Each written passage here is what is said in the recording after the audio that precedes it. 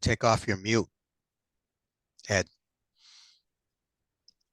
We're very happy to welcome our friend Chris Oakley, who's probably the only, I was just thinking, he's probably the only guest speaker we've ever had that I'm aware of, maybe with the exception of Sidney Blumenthal, who's been the subject of a New York Times front page article in his case, a few years ago, after he made a presentation of the talk we're about to hear at the Lincoln Forum, which was greeted with a standing ovation in Gettysburg. So Chris, as you'll see from his presentation, has been a longtime animator, working on feature films. He worked for Walt Disney, DreamWorks. Among his credits are Men in Black 2, Scooby-Doo, Stuart Little 2. He also is an animation director at EA Games and animated the penny cartoons for Pee-wee's Playhouse. Pee-wee Herman recently died. He's also was a commercial art director and animator. The Budweiser, the Bud Bowl commercials, Arm & Hammer, Pillsbury, Hershey's Kisses. Who doesn't like that? J.C. Penney, Flintstone Vitamins. He's also a longtime painter and photographer, and is currently teaching animation full-time in the Department of New Media at UNC Asheville, where he and his students are working on a project involving Lincoln, right? Yep. And Chris, in his biography on his website, says that since the age of 5, he's been obsessed with Abraham Lincoln and has spent much of his time researching Lincoln's life. And you're about to hear an amazing presentation that some of us have been through this several times with Chris now, and it never ceases to amaze me. So without further going on about him, extolling him too much, here's Chris Oakley.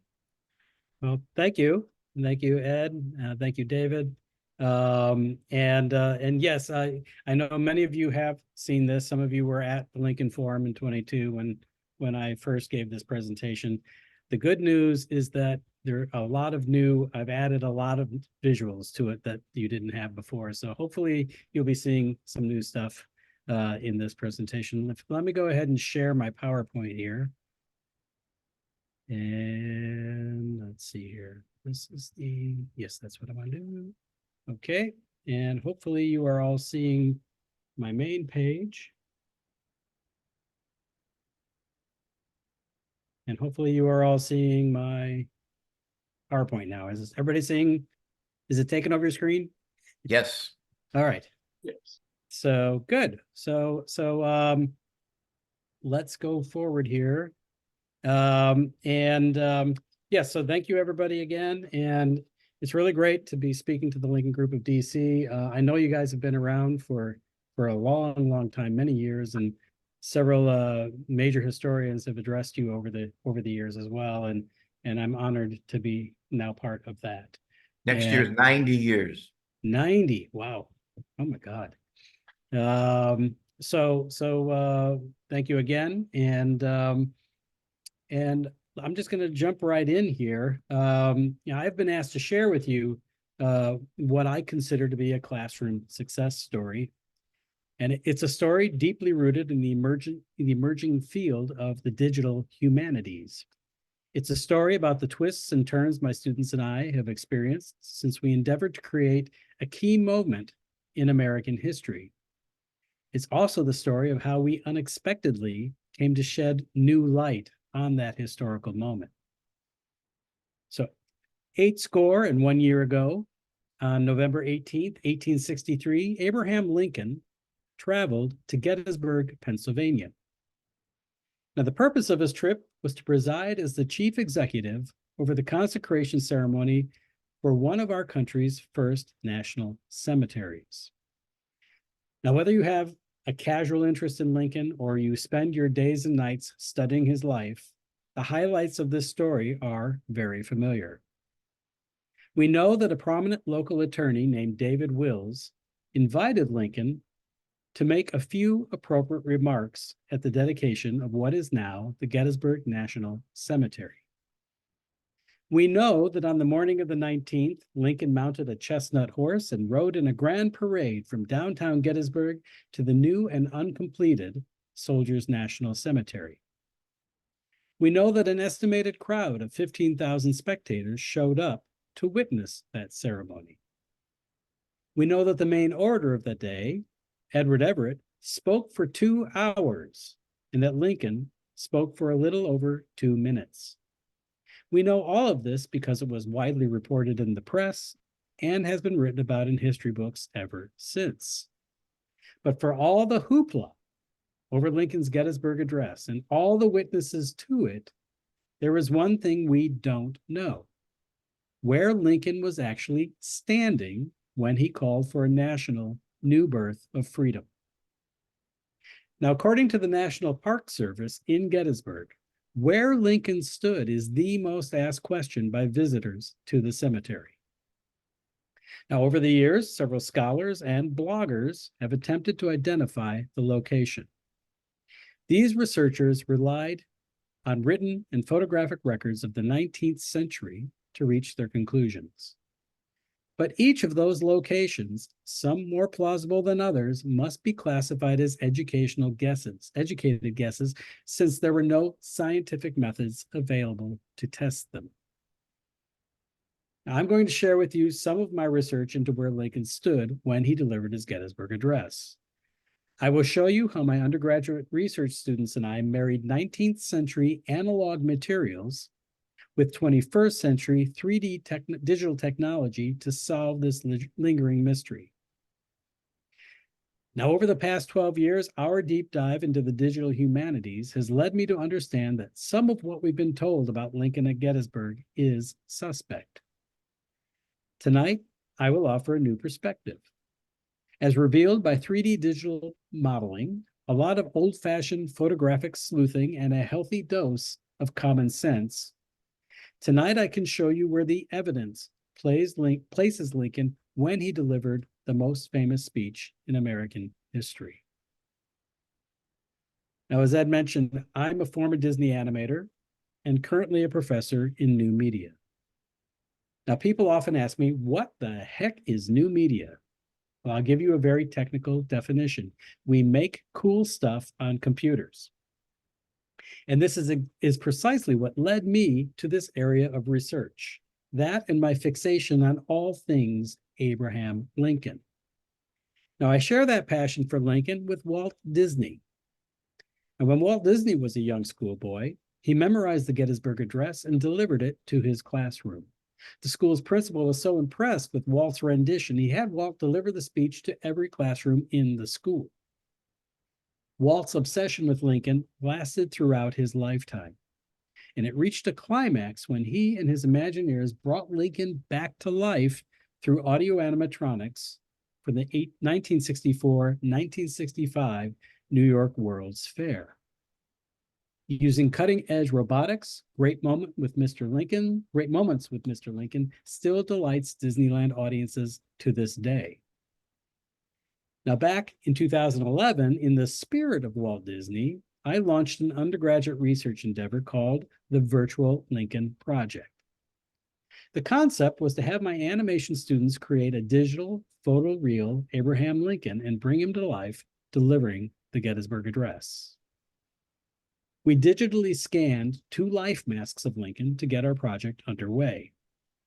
We took those scans into a program called Maya, which is an industry standard software used for animation, digital modeling, and creating special effects for film and television. Now, several teams of students labored on this project over many years, and we got close to finishing it. What you're seeing on screen is what the students created. Unfortunately, the project was put on temporary hold when I became chair of the Department of New Media. And then when the pandemic hit, we had to come to a complete stop, although I'm still working on it. Early in our production, we began building the 3D digital environment that would be needed for our recreation of Lincoln's speech. In 2013, I brought 9 of those students to Gettysburg. The purpose of the trip was to make that place real for the students and not just a series of zeros and ones in a computer program.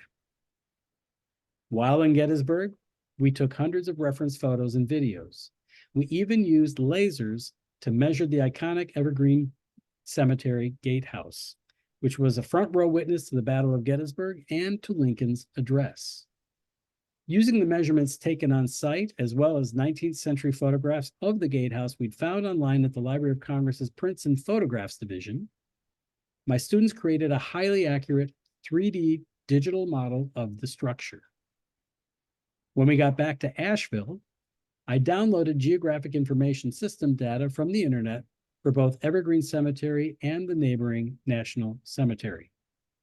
I gave this data to the UNC Asheville's Atmospheric Science Department.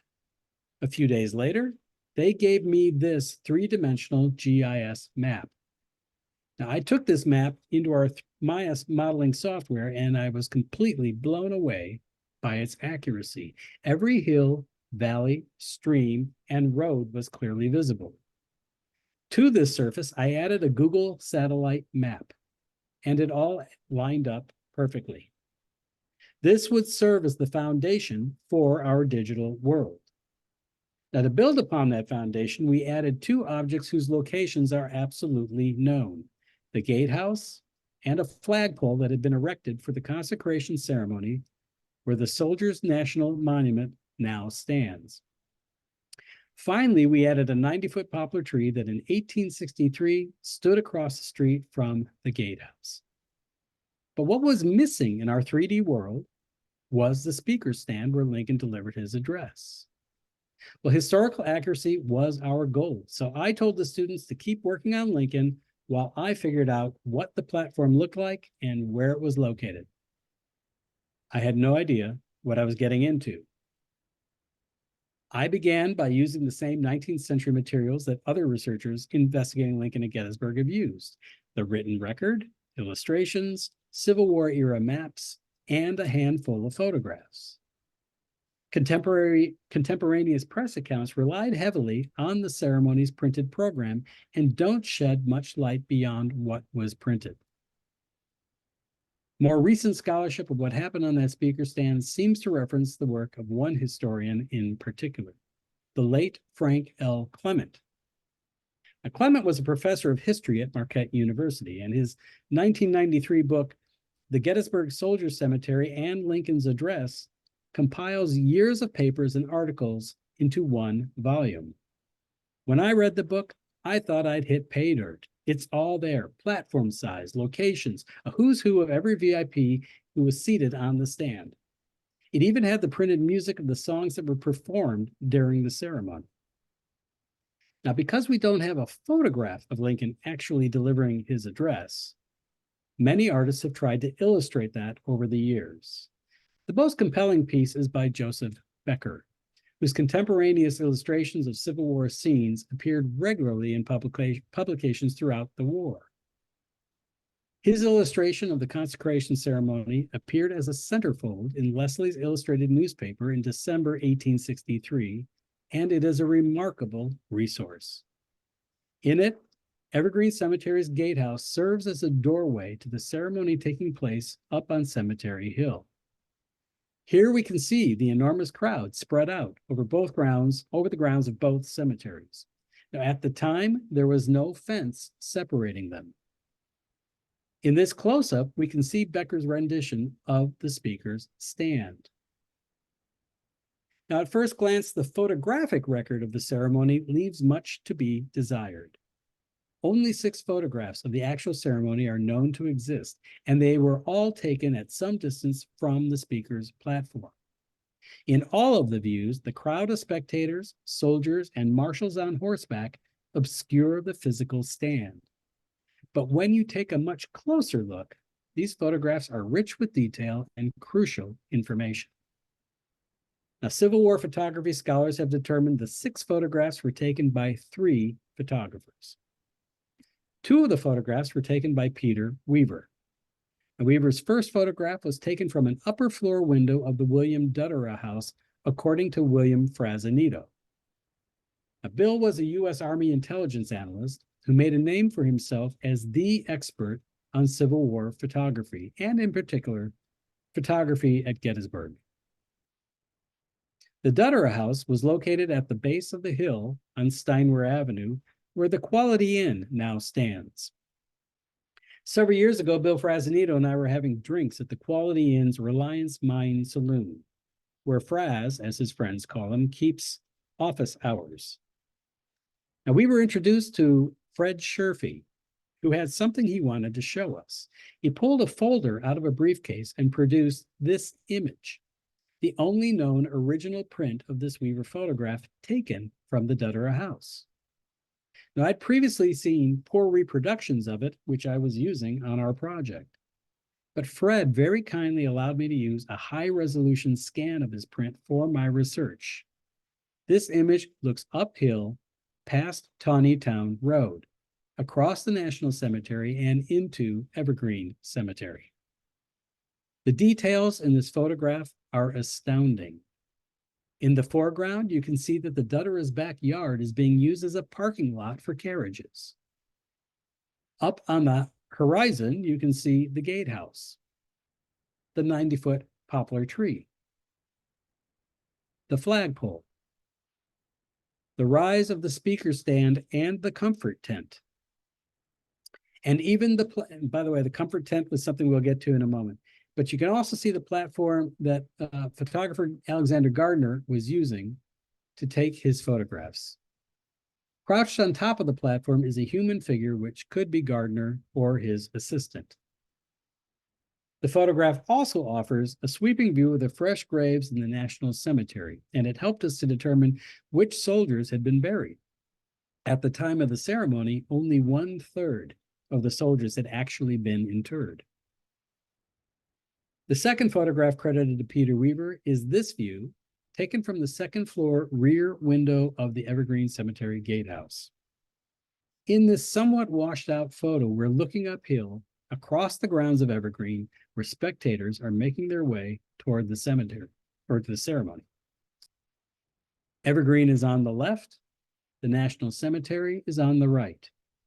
Remember, in 1863, there was no fence separating the two properties. On the horizon, you can see the rise of the speaker's stand.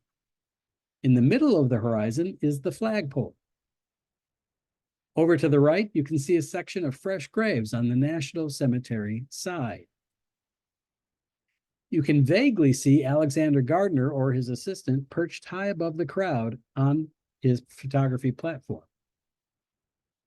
And we can also see what appears to be photographer David Backrack setting up his camera. Now, over the years of my research, I've become good friends with Brian Kennel, the superintendent of Evergreen Cemetery. During the 150th anniversary of Lincoln's Gettysburg Address, Brian allowed me to go up to the second-floor window of the gatehouse where Peter Weaver took his photo.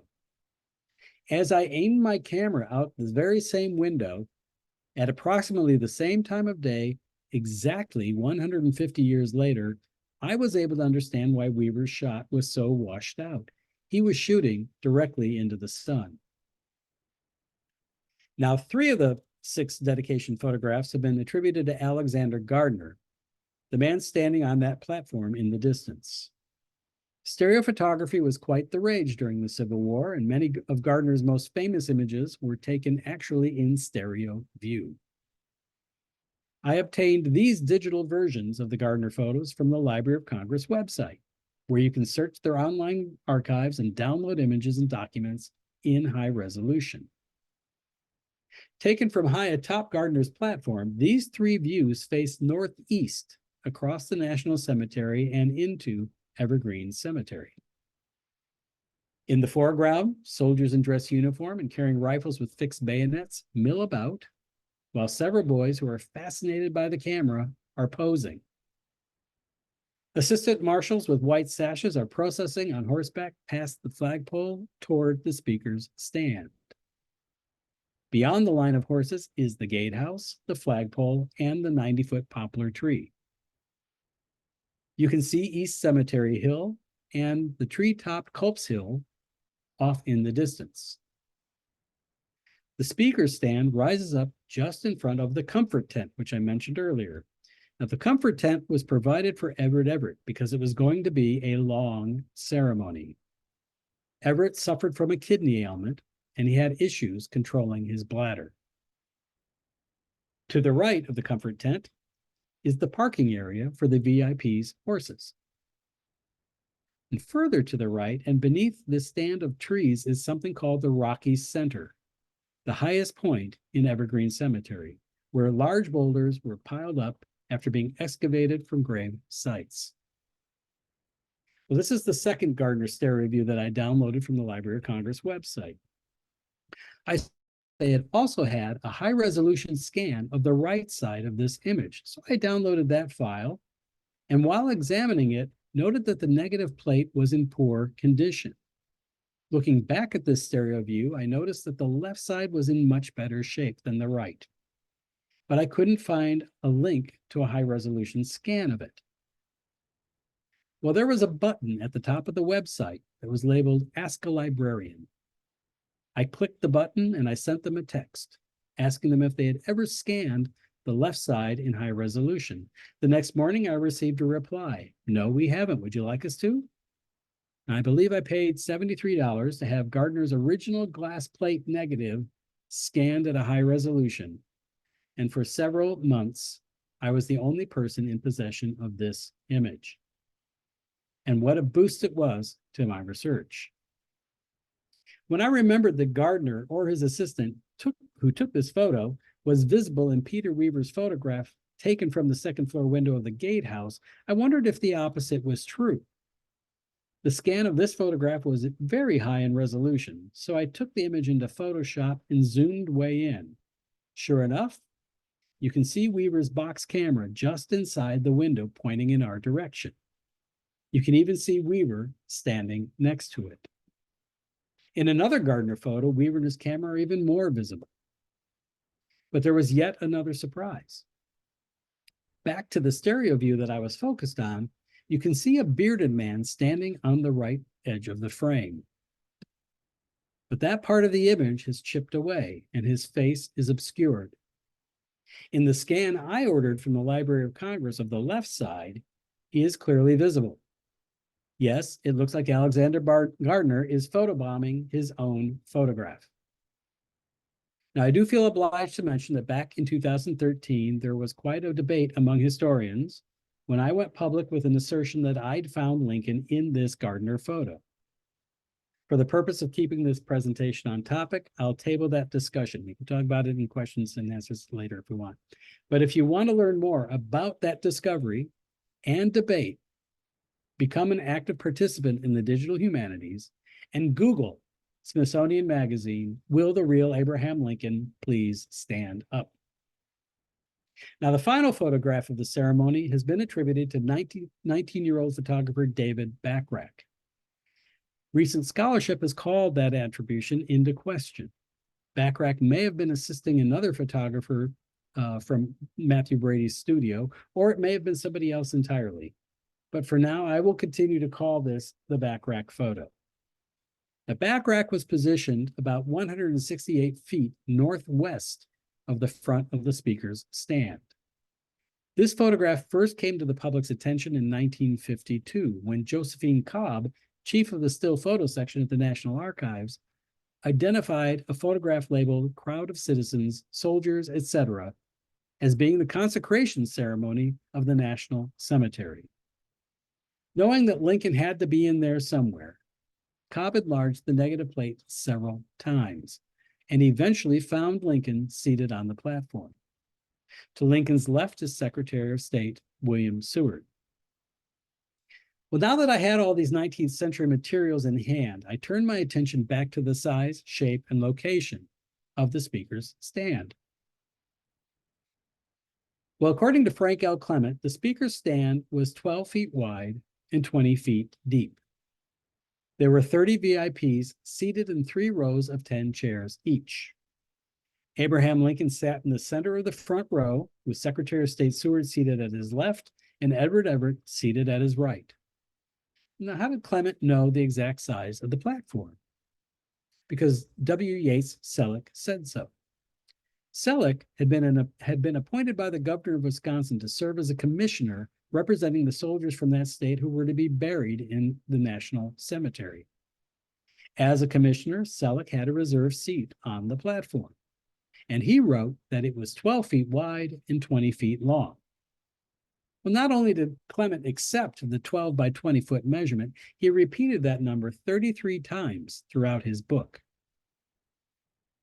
Now, in order for the next few slides to make sense, I need to show you a couple of the chairs that the Gettysburg Military Park Museum says were on the speaker's stand. Now, my students made digital scale replicas of these chairs for our project. And this is what a 12-foot wide and 20-foot long platform looks like. Now, in scale, let's add to it 30 chairs in 3 rows of 10 chairs each. As you can see, they don't fit. Only 8 chairs fit across, and that's very tight. Common sense tells us that Selleck's measurement is simply wrong. So let's go back to the Becker illustration of the ceremony that I showed you earlier.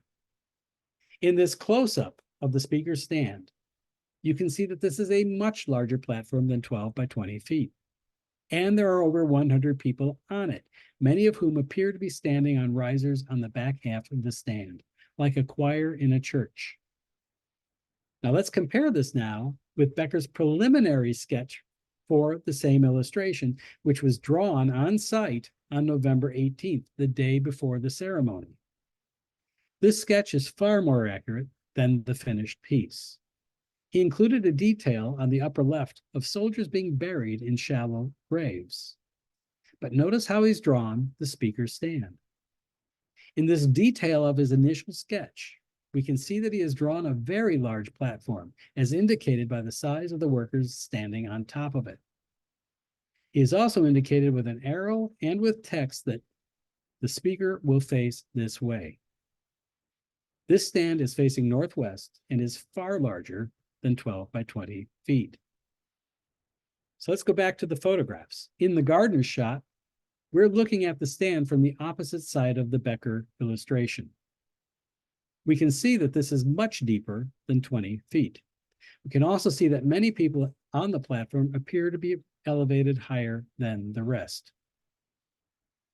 In the back rack photo taken from the front, we can see that there are far more than 30 people on this stand. We can also see that many of them in the back are elevated. Clearly, the speaker stand was significantly larger than 12 by 20 feet. But take a look at something else in this photograph. On the left side of the image, there's a line of folks who are raised higher than the ones on the ground. That line flares out to the left. That's the left edge of the platform. Now, notice we can see a similar flaring out on the right side of the platform, just past the seated governors. How is this possible? From Bachrach's position in front of the stand, it defies geometry and the laws of perspective, unless the platform was actually shaped like a trapezoid. Now we have room to place 3 rows of 10 chairs each. In 1908, Selleck was asked to write down his memories of the Gettysburg Address. And 45 years after the event, he recorded the names of 39 VIPs who were seated on the platform. So now we have to add 9 more chairs. Now, one issue did come up when we made this adjustment to the speaker's stand. In the Gardner photos, I discovered you can actually see William Stewart sitting on the platform in profile. Now, while I was excited to have discovered images of Seward that had previously gone unidentified, it did raise another issue. Why does Seward look like he's sitting in the 3rd row behind the governors when we can see him in the back rack photos sitting in the front row next to Lincoln? Well, I stood in my office with a couple of my students trying to puzzle this out on a whiteboard. We were coming up blank until one of my students, Kenny Michaud, suddenly said, maybe they were sitting like an orchestra. Oh my God, that would explain it. Let's drop Seward into a seat. If they were sitting in a semicircle, from the side, the middle of the front row would look like it's further back. This seating arrangement also suggests why the stand was shaped like a trapezoid in the first place. Looking more closely at the back rack photo, you can see the curve. The folks sitting on the ends are a little closer to camera than the ones in the middle, and they're all sitting at an increasing angle to the camera. By the way, a couple years ago, after figuring this out, I was standing in the pre-show area at Disneyland waiting to see Great Moments with Mr. Lincoln. There was a concept painting by Disney Imagineer John Pomeroy hanging in the wall that depicted Lincoln delivering the Gettysburg Address. Pomeroy has them seated in orchestral formation. Okay, now we have a shape, and as you can see, I've also indicated a size. We'll get to how I arrived at those dimensions in a moment. Now we need to figure out where the platform was located, and this piece of the puzzle took years to figure out. In his personal copy of the revised report of the Select Committee of the Soldiers' National Cemetery from 1865, W. Yates Selleck drew the location of his 12 by 20 foot speaker stand on a map inside the report. When this document was published by the Civil War Times Illustrated in July of 1976, it caused a bit of a stir because Selleck's location flew in the face of what, for over 100 years, had been the accepted traditional location of the speaker's platform, where the Soldiers' National Monument now stands.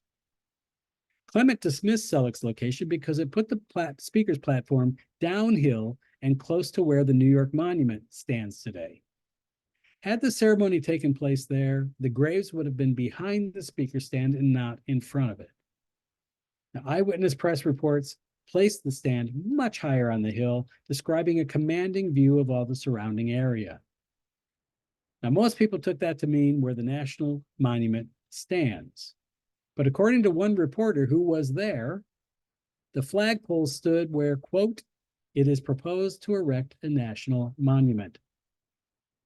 The flagpole and the speaker stand could not occupy the same space. In 1978, Gettysburg National Military Park historians Thomas and Kathleen Harrison studied eyewitness accounts as well as the existing photographs and shocked historians when they declared that the speaker stand was much further uphill at the highest point in Evergreen Cemetery, where the Brown family mausoleum is located. This places the stand entirely within the borders of neighboring Evergreen Cemetery. Again, there was no fence between the two properties. This meant that Lincoln wasn't in the National Cemetery at all when he delivered his address. But the main problem with this placement is that the Brown Mausoleum stands where that pile of boulders known as the Rocky Center was located. You could not build a stand there, but for years, many accepted this location. In 1995, when Bill Frazanito released early photography at Gettysburg, he placed the speaker stand within the confines of Evergreen Cemetery and listed the graves that formed the boundary of the stand. Well, he made a convincing case, and for the past 29 years, Frazanito's placement of the platform has been regarded as the location. Also in 1995, James Cole and Roy Frampton wrote in their book, Lincoln and the Human Interest Stories of the Gettysburg National Cemetery, that the stand stood completely within Evergreen, but was closer to the current fence line and 25 yards east of the Soldiers' Monument. Well, back at UNC Asheville, my students and I had continued to build our 3D digital version of the cemeteries. And somehow I got it into my head that it would be a cool opening for our video if we showed one of the photographs of the ceremony and then had it dissolve into our digital recreation with everything matching up. The digital cameras in Maya are designed to mimic real-world cameras, from the focal lengths of the lenses to the angles of view. This is how they blend live-action actors into digital worlds on film. You can import a photograph into the Maya program onto something called an image plane, which sits like a piece of film in front of a digital camera's virtual lens. Now imagine putting a photograph you've taken back into the camera, then using that photograph to line up everything you can see in the photo with the real world. If you're able to do it, you will be standing at the exact same position you were in when you took the photo in the first place. Well, it seemed logical that if I could line up our digital world's horizon line and the gatehouse and the flagpole with the analog Gardner photograph from 1863, our digital camera would be in the same place as Gardner's camera was when he took the photo. And we would then know where Gardner was standing. Well, it took a while because I had to make hundreds of minute adjustments to our digital camera's positioning, focal length, and angle of view in order to match the photograph. Here is the Gardner photograph and our digital recreation together. The horizon matches, the gatehouse matches, the speaker stand matches, the flagpole matches, and the comfort tent matches. And then it hit me. Each of the three photographers took their photos from 4 different positions that all triangulated each other, or would that be a quadrangle? At any rate, it stood to reason that if I could digitally match each photographer's physical location, photograph, and angle of view, which is what their analog cameras saw, I should be able to figure out the size, shape, and location of the speaker stand. Anything lying within each digital camera view would have to match the analog photograph. If it didn't match, it wasn't correct. If I digitally matched a physical object shape and size, moved it just a few inches from the correct location, it went out of alignment in every view. A piece of a jigsaw puzzle can only fit in its intended spot. Well, because we know Weaver took one of his 2 photographs from the gatehouse, I had a pretty good idea where to place him. Here is that analog photograph matched with our digital world. Well, I spent the next year trying to match Weaver's position from the attic of the Dunner house. This was especially difficult because no photograph of the house itself seemed to exist until I found the house in a photograph, in the background of a photograph at the Library of Congress website. This is a view of Ziegler's Grove and Cemetery Hill, which was taken around the turn of the century. The house had exactly what I was looking for: an attic window facing uphill toward the cemeteries. Here is the Weaver photograph taken from that attic window and our digital recreation together. Now, the most difficult photo to match digitally was Bachrach's photo taken from the front of the speaker stand. After almost 3 years of trial and error and a ton of frustration, I was finally able to match his position. Our digital speaker stand, the horizon, the comfort tent, the flagpole all came into alignment, but there was a problem. I couldn't match our digital stand in humans with the real humans captured in Bachrach's photo. The folks near the speaker stand almost matched, but the ones right in front of the camera were sinking into the ground up to their shins, as you can see here. Well, during one of my many visits to Evergreen Cemetery, Brian Kennel, the superintendent, accompanied me while I was surveying the spot where I believe the speaker stand to have been. I kept staring at the ground, and I finally asked Brian if it was possible that the ground was lower in 1863. Well, not only is it possible, he replied, it's probable. He explained at the time of the ceremony, no graves had been established in this part of the cemetery. And when you dig a grave, you disturb the earth and raise the ground level.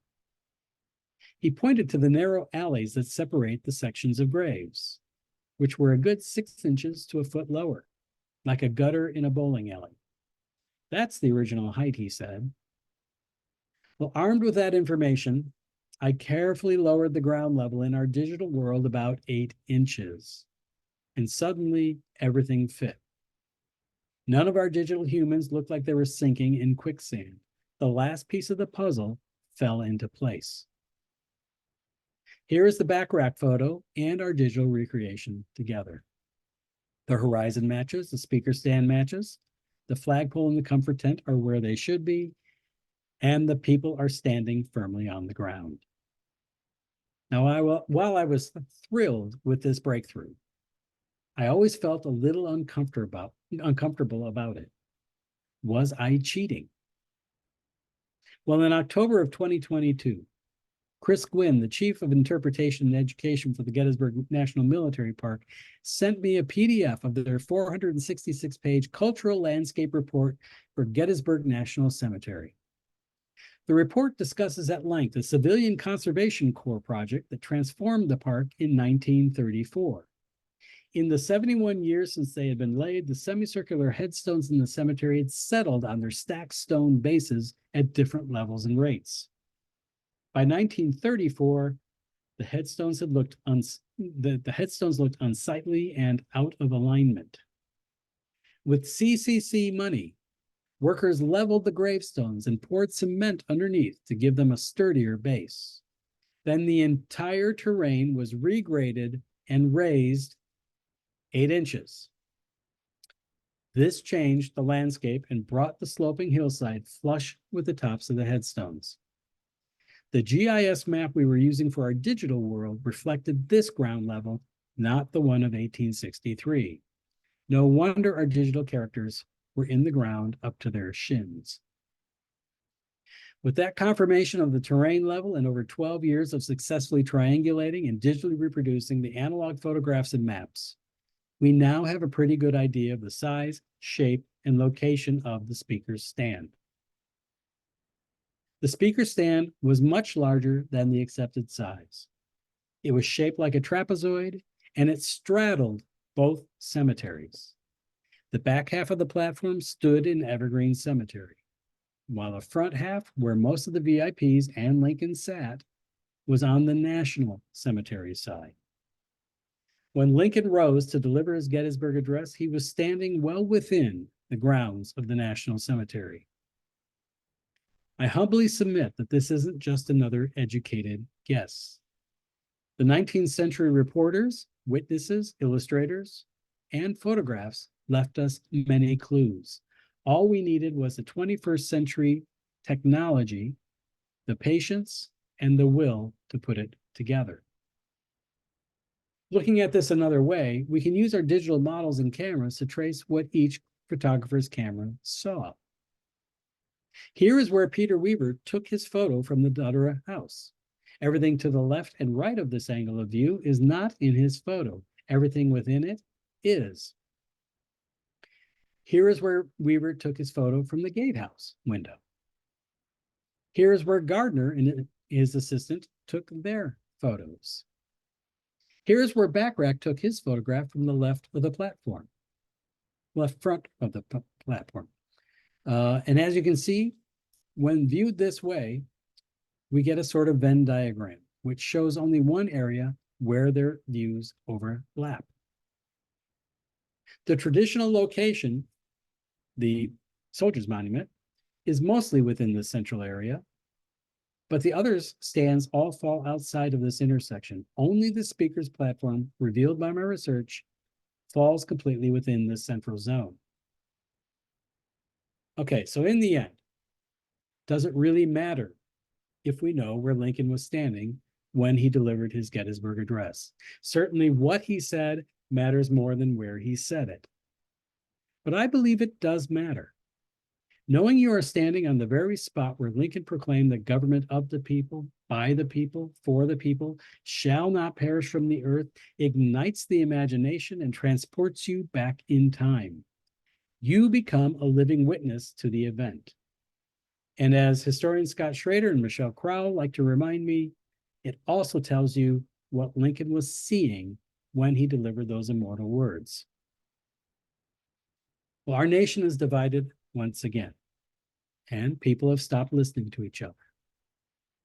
But if we stand in that spot and listen carefully, Lincoln is still speaking to us today.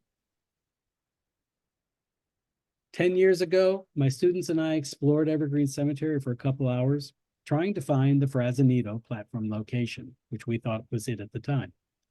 As we got closer and closer, we noticed that the students' small talk and messing around had begun to taper off. I could sense their growing awareness of where they were.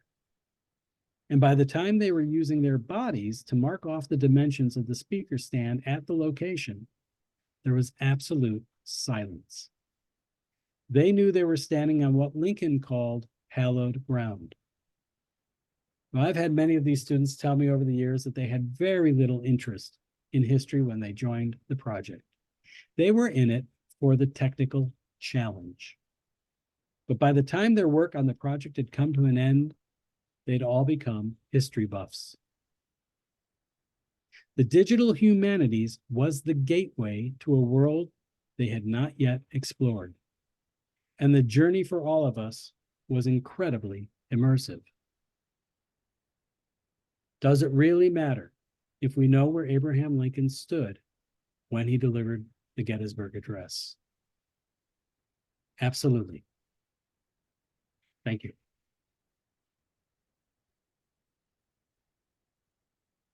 Let me unshare here. Yes. So that was fantastic. You know, I in my previous life, my previous career, did some work with GIS, and but very rudimentary compared to even what you did with this, and then none of this new media stuff, which is I know here in George Mason University, which is nearby where I live, they have a new media requirement for their history department to understand these new technologies and use it to learn history and to examine history better. So this is a great example for of how to do that. Thank you. This is amazing. Well, we didn't know we were getting into it, what we were getting into. Yeah. I have one question, and then I'll open it up and let other people ask questions. But we mentioned before we went live, before we came on, that you know, there was a recent program where they were identifying a different place, you know, and they weren't up to speed on Right. where you came up with. So I guess my question is really, you Well, know, they knew, but they knew about what I've done, but they're reluctant to officially give it that. yeah. So what's it, thumbs you know, up. where is the Park Service on this? Are they buying into everything that you've done? Are they hesitant to accept it, or are they just, you know, it'll take 20 The years Park Service, to get that point to that the point? the Park Service tells me that they're waiting for consensus. So, hopefully the book that I'm working on will help rally consensus a bit. But yeah, the Park Service had me come give the presentation to them, and which I thought was a pretty good seal of approval. So because I had shared this with them before I went public, because I wanted them to be aware of what was coming, and why people might be traipsing all over there now. But that's what they told me, was that generally they wait to hear consensus. And, you know, the last thing we want them to do is put up yet another wrong sign, you know. But you know, as Gary Edelman pointed out when I showed this to him, he said it's just math.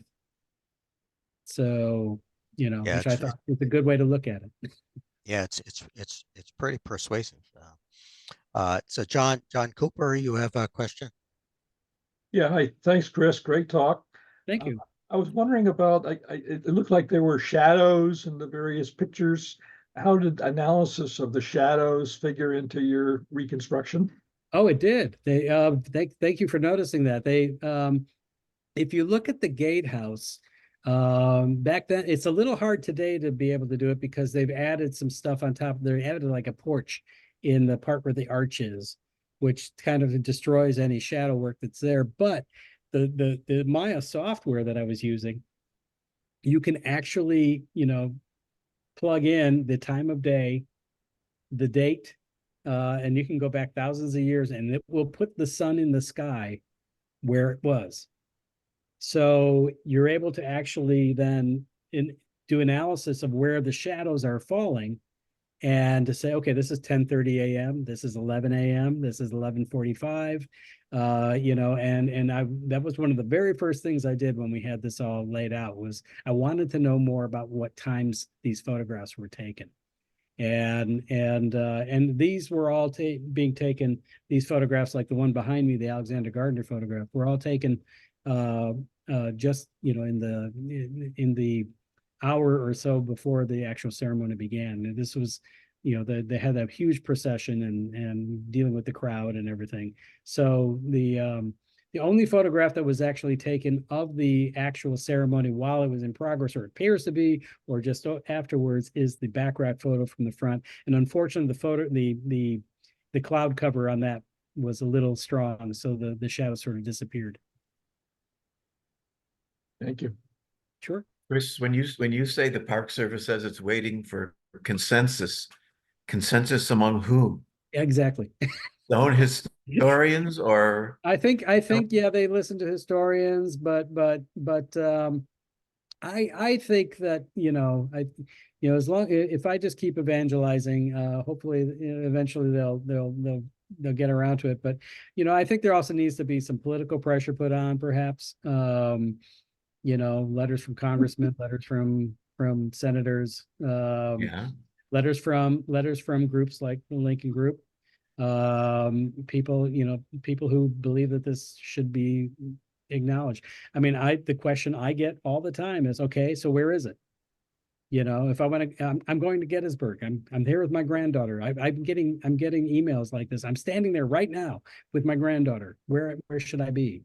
And so I tell them, third rhododendron from the left, and you'll be in kind of the right place. It's very near the fence line. If you're standing with your back to the National Soldier Monument, Soldiers National Monument, and you're looking at the fence looking into Evergreen, and you see these rhododendron plants there. If you're standing there and looking directly across, where right by the fence is where Lincoln was probably standing. Yeah. I'm not sure what else they're going to need, in order to mark this. They could mark it. They couldn't do it on the Evergreen side because it's a private cemetery. Although my grave, I have a grave in the section there, and I'm planning on, whatever my headstone says, we'll put a little map that says over here. Our experience with the Lincoln Group's experience with the Park Service is that they move at a glacial pace. Yes, they do. Until suddenly they move like a battleship going at top speed. Right. So they will drag their heels for as long as possible, and then suddenly something happens, some switch turns on, and they're off to the races. Yeah. You got to get out of the way or you'll be steamrollered. Yeah. I mean, I'm actually, I was very relieved, actually. Last time I was in Gettysburg, or back in November when I was in Gettysburg, I was up there doing my usual research in the cemeteries. Even though I feel like I've got it, I still do it. And people were recognizing me and going, "Are you Professor Oakley?" And I'm like, yes. But people were coming to the spot. They were trying to find it. And I found that very reassuring, that the word is getting out and the word is spreading, and people are seeing it on C-SPAN, and they're making a pilgrimage. And that for me is really, really heartwarming. Underground movement. Yes. Yeah. So if you have a question, go ahead and jump in, or use the reaction at the bottom to raise your hand, and I'll call on you. But feel free to jump in if you have a question. Well, more of a comment, but also semi-question. My comment is, I'm one of the people, Chris, who saw you at Yep. in Gettysburg. And I have to clean up my answer to you because I gave you a semi-misleading answer when you asked me. But once when I saw that program, it was that's why I said we got to get you for this meeting here. So that's and I can tell you, you're definitely correct, obviously, that you did add stuff that we didn't hear before. And I certainly think that I made the right decision. I was fortunate enough during one of the CWIs at Gettysburg College to go into that gatehouse with Jen Murray. And the superintendent there actually gave us a talk, and everything was great. We went up, and it's basically upstairs. It's just his bedrooms. It's just bed. So which room were you in up there when you? Oh, yeah. So yeah, if you look over my shoulder here, you'll see the gatehouse just at my ear. That window that's right there is where the photo was taken from. But Brian Kennel, whenever I visit Gettysburg, has me stay at the gatehouse, and I sleep in Elizabeth Thorne's old bedroom, which is in the front side of the bed of the gatehouse. Yeah, I think we were in that room. Yeah. Yeah, yeah. Yeah. So that room overlooks East Cemetery Hill, and but that's where I usually, whenever I'm in Gettysburg, that's usually where I stay. Yeah, nice hotel. Nice hotel. Yeah. Oh, and I have to add one little cute detail that came up last time we were up for the Lincoln Forum. I was opening the door. You know, Brian goes to bed earlier, and so he locked the door, and I had the door to the kitchen, and I was opening the door, and it was dark. You're standing in a cemetery. There's no lights at night, and I was unlocking the door, and I got inside where there was light, and I realized it wasn't the key he had given me. And I was looking at the key going, wait, and I tried locking it, and opening it, locking it, opening it. And it suddenly dawned on me, oh my God, this is my house key. And all of the, ooh, you know. So I looked up how many combinations there are for a Schlage 5-pin lock.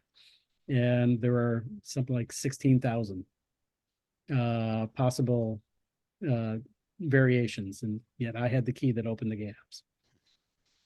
Bonnie had a question. Go ahead, Yeah. Bonnie. Yep, take off your, that's Yeah. it. Okay, Hi, this Bonnie. is a super interesting and entertaining presentation. Thank you. And I will just say, when I've gone to Gettysburg and discovered that we didn't really know where Lincoln stood, I was disappointed. Mm. So anyway, I wondered if the students contributed to any of the writing, or did they publish or write for, school credit about this experience? Were they able to contribute to your book, or are you doing all the writing? I'm doing all Are the they a writing. part of it as well? I'm doing all the writing, but they did have to do some writing back when they did this as the undergraduate research project. That first group had to present their research, and back then Lincoln didn't look anything like Lincoln. And I mean, he did, but we call it game Lincoln. It would look good in a game, but not necessarily photoreal. But they had to present that as research, and they had to write something that was published by the school. So that was important in order for them to get the credit for the undergraduate research. Anybody else have a question?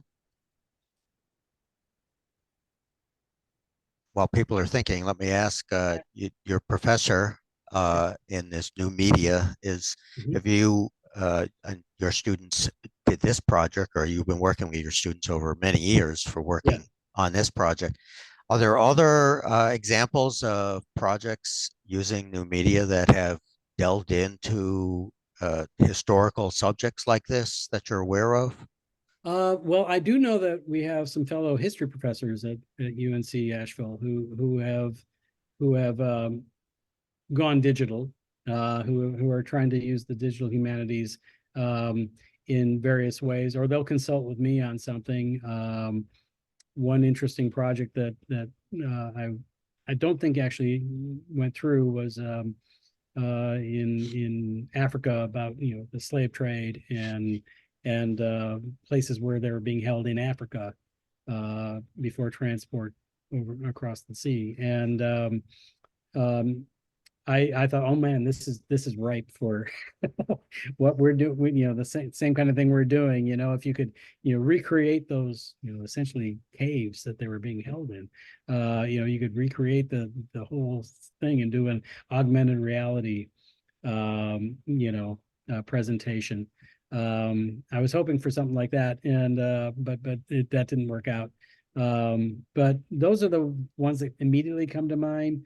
I know the Civil War Battlefield Trust or Battlefield Trust under Gary Edelman, created an augmented reality thing that you can go to, the cemetery and hold your phone up, and it'll show you Lincoln delivering the Gettysburg Address, Oh. where they at the time thought it was happening.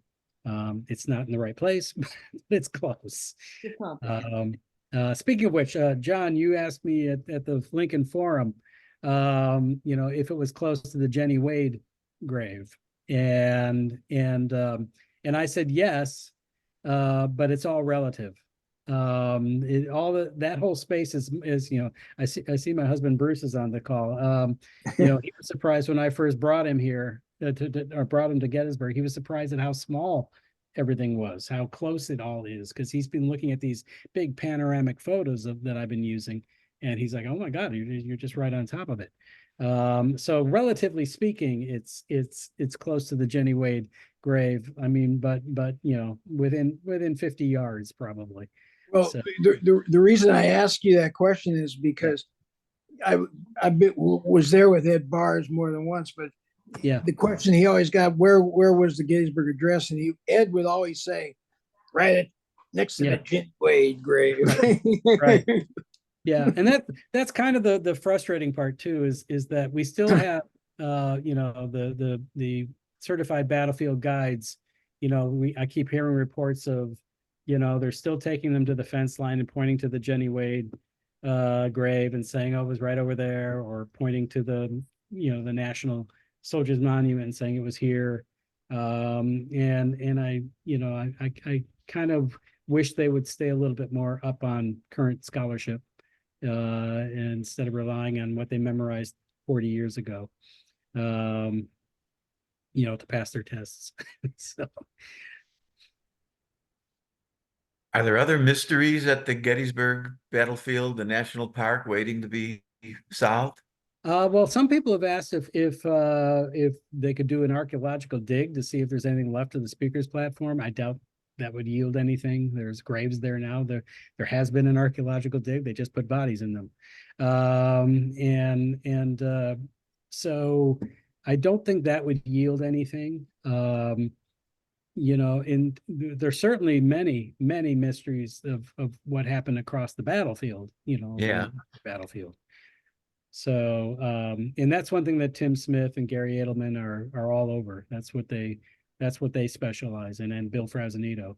That's what they specialize in, is debunking the ones that aren't, and the ones that are. Now, the one of the big mysteries still was like with my identification of Lincoln, that did not get a resounding yes, that's him. And it's because in 2007, John Richter and Bob Zeller announced with much fanfare that they had found Lincoln on horseback in the Gardner photos. And not only is he on horseback, he's saluting. And that it's a moment where he's saluting the troops, and he's got a white gauntlet glove on, which he does. But the problem is that they didn't have the images that I got. They didn't have the high resolution image that I was able to obtain. And when you zoom way in, you can see he's wearing epaulets. So there's no possible way that was Lincoln. Is the time of the speech, of the 2-minute speech, is the time of day known? Well, the ceremony was about 3 hours long. So they think it started at noon, or very close to that, and then you can just time it from there with the introductions and the prayers that, as John Hay said, prayers that thought they were an oration, if you time everything back and then you put a 2-hour speech from Edward Everett in, so Lincoln probably would have spoken probably around 2:10, I would say, maybe a little longer, maybe a little later. So that's about as close, I think, as we can pinpoint it at this point. And that it's consistent with the sun shadows that you discussed earlier? Yeah, so far. Yeah. Because remember, the photographs were taken, most of these photographs were taken as the ceremony was getting ready to go. as people were arriving and as the procession was coming. So the one that I identified as Lincoln, he may not even actually be on the stand. We tried it both ways. We've tried him sitting on the stand, and we've tried him, the question became, why isn't he sitting next to, why is his face next to Seward, but why is he not sitting where he's supposed to be on the stand? And my explanation for that, which is still speculation on my part, but it's I think he was standing next to the stand waiting to go on. And it just makes sense to me that he would have been the last person on, except for Everett, because Edward Everett was using his comfort tent. And so the problem with the comfort tent, though, was that everybody wanted to go shake hands with Edward Everett. He was the main speaker. Lincoln was not supposed to be the main speaker or anything. Lincoln was supposed to just be there as an official. And in fact, they didn't really want him there. And they were surprised when he accepted. So because they thought he was going to embarrass the whole thing. So the Edward Everett was in his comfort tent waiting to use it. And people kept coming in and saying, "Oh, Mr. Everett," and they could. So everybody on the speaker stand was waiting, and I think they were delayed, several minutes waiting for Edward Everett to finally come out. And when finally someone finally figured out, oh wait, he needs to use this for its intended purpose, and they shoot everybody out of the tent.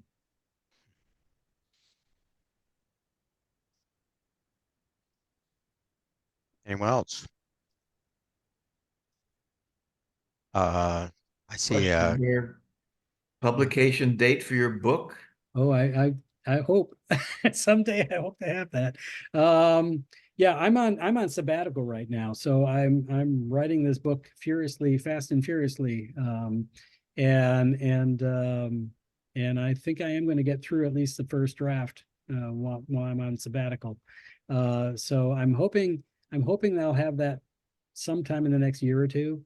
And then I think the rest of the questions, any eyewitness accounts to discuss platform configuration. There are mixed comments about that. There's most of the eyewitness, of course, everybody in Gettysburg was on the speaker's stand. Everybody claimed they were there and claimed they were sitting on the stand with Lincoln, and obviously that's not possible. So there are mixed reports, but generally it's accepted that he took the speech out of his pocket, held it in his hand, did not use a lectern. Now I don't know about Everett. Everett may have had a lectern because he had a 2-hour speech to do. And there is a lectern that they claim was part of it. But that's, I've studied that back rack photo looking for that lectern, which is very tall, and I can't see any sign of it. Doesn't mean it wasn't there. Could mean that they just put it up for Everett and took it down. But Lincoln did not use it.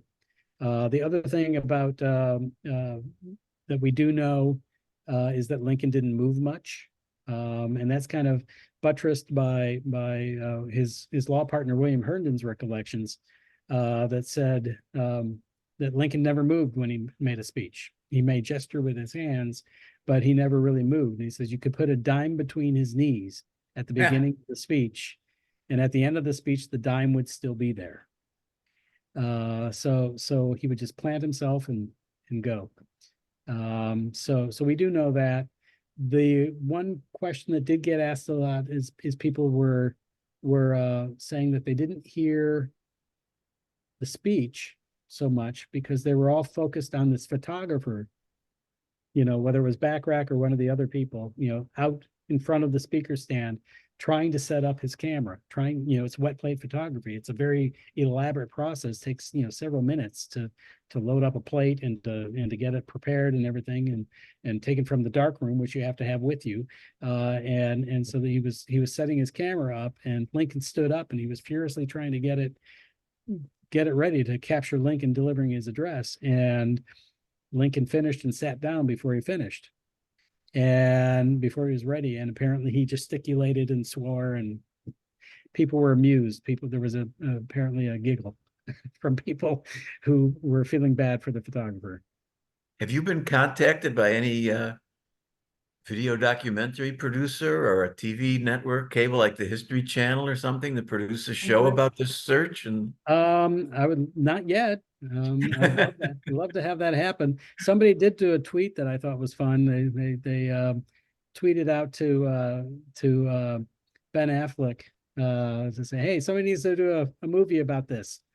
And I replied to the tweet and said, only if Matt Damon plays me. yeah, So anyhow, but that's, yeah, I mean, yeah, if I would love to have History Channel or anybody else take a look at this.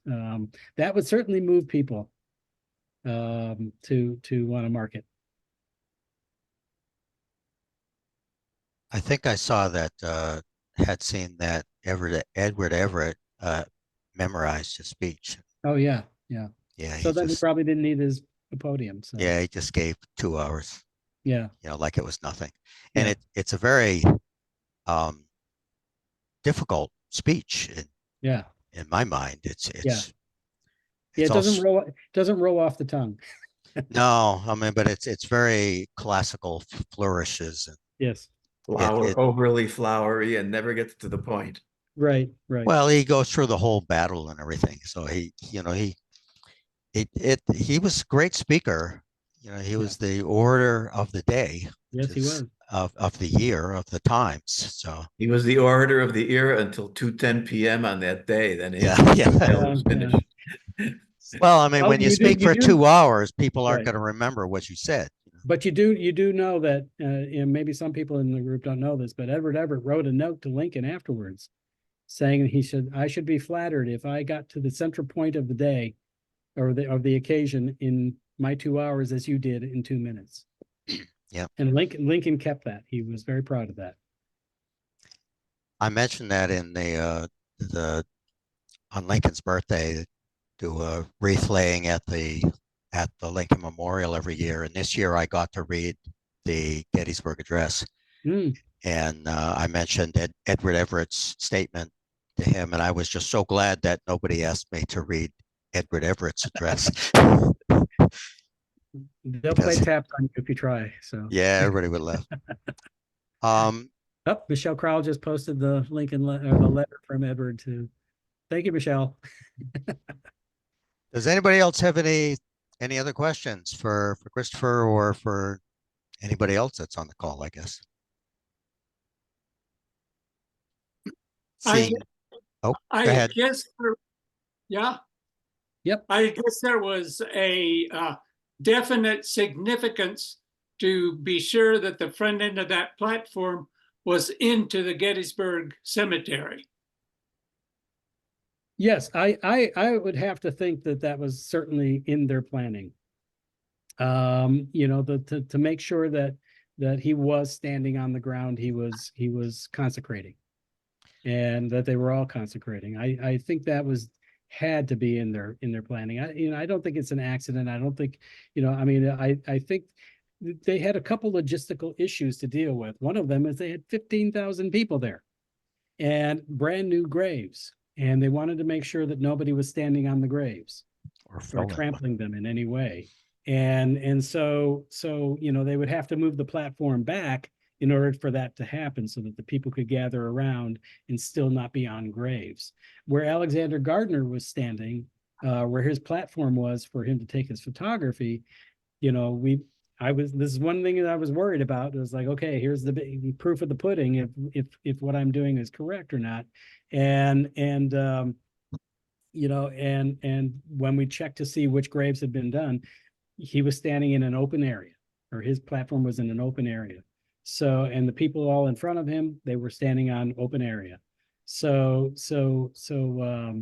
that was definitely it had to be a concern for them to make sure that they weren't trampling graves, and also for safety. A lot of people people skipped the parade and just went right to the cemetery because they wanted to get a good spot close to this platform. So they get there, and they're all standing there for hours in front of this platform. And then when the soldiers arrive with the VIPs and everybody, the soldiers push them back, and they were not happy about that. The soldiers created like this great big open space, and I think that was to allow the VIPs to get safely onto the stand, including Lincoln. And of course, Ward Hill Lamon was there as Lincoln's bodyguard friend, and he was also the head of all of it. He was in charge. So his main concern was to make sure Lincoln got there safely and remained safe throughout. But I have to think that the front of the platform where they knew the speeches were going to be had to be tipped over into the soldier side, National Soldier Cemetery side. I guess it kind of begs the obvious question. I think you may have just answered it. The Evergreen Cemetery was a working cemetery at the time, and Right. the new National Cemetery was obviously just being created. Right. The platform, especially the much larger expanded platform that you're talking about, that did not span over existing graves It did not. in Evergreen. Right. Yeah. That whole area had been there was only one nearby grave. And it was, but it was off to the, I believe, the left, if you're looking at it. So actually, let me just share one more thing with all of you. I'm just gonna share one image. I just forgot about that I had this. Sure. Michelle Crowell is about to make an entrance here. So let me share this slide with you. So get rid of this. So this is last year we went out right the day after we did the speech, after I announced this, or this is 2022. We went out and we were told by the National Park Service we couldn't put anything in the ground. We couldn't put stakes in the ground or anything like that. And so we created this ribbon just to sort of show where everything was. This is Michelle Crowell over here on the left, holding the back corner of the stand. And then somebody else is holding it off on the side over here. This is me standing where Lincoln was. And then this is Jennifer Schuessler, the New York Times reporter who wrote it. And then, of course, many of you probably know Dan Weinberg. And this is him standing here as well. So this is just to give you we did this because we wanted to make it real. We wanted to say this is how big this thing was.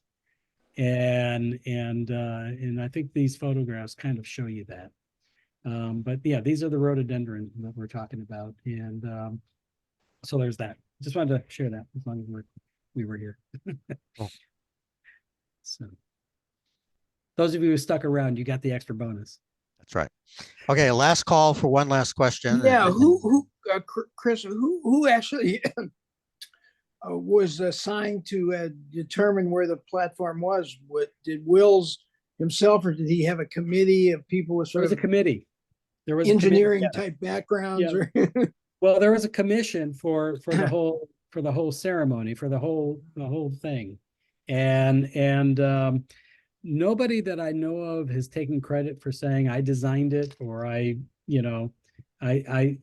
only person that's ever been given credit for detailing anything about it was Selleck, and he had it wrong. But that was, I mean, ask me 50 years after the fact about something like that. I'd be like, stretching my brain too. But in terms of the actual design or whatever happened to the pieces, there's lots of, people might sell little slivers of wood and say this was part of the platform. I don't know, but be suspicious of that, because I don't think any of it exists. And there's also a great story. Somebody said that they were a young man or a boy at the time, and that they were under the platform listening to the speeches from under it. Whether it's true or not, I don't know, but but he described, and maybe somebody in here can help me with this. He described that they were using W cases, the letter W. They were using W cases as supports underneath the stand. Huh. But I have yet to find anybody who can tell me what a W case is. And the only thing I think of is that it's just a storage case with the crosswood, the pieces nailed to the sides in the shape of a W. That maybe a kid looking at that is going to wonder, well, maybe that's, and just call it a W case. So, I mean, wood, this is the middle of the war. Wood, this wouldn't have been new wood. This would have been, found wood that they probably built most of this out of. So I doubt, I think they were just using whatever they could to build this thing.